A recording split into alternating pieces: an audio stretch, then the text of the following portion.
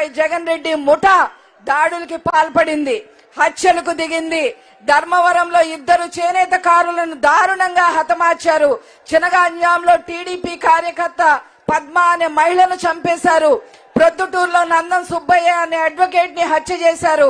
ధర్మవరానికి చెందిన శశి అనే వ్యాపారిని విజయవాడలో వైసీపీ నేత బట్టలు విప్పి దాడి చేస్తే ఇంతవరకు నిందితుడిని అరెస్టు చేయలేదు. ఇన్ని దుర్మార్గాలు చేసిన ఈ జగన్మోహన్ రెడ్డిని తరిమి తరిమి ఓటు ద్వారా వెళ్లగొట్టాలి, ఇంటికి పంపాలి.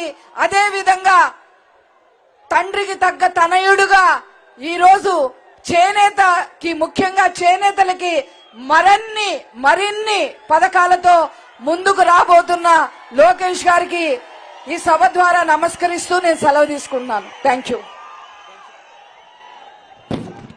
పంచుమత్ అనురాధ్ గారికి ధన్యవాదాలు. చేనేత సమస్యల మీద చాలా వివరంగా వారు తెలియజేశారు.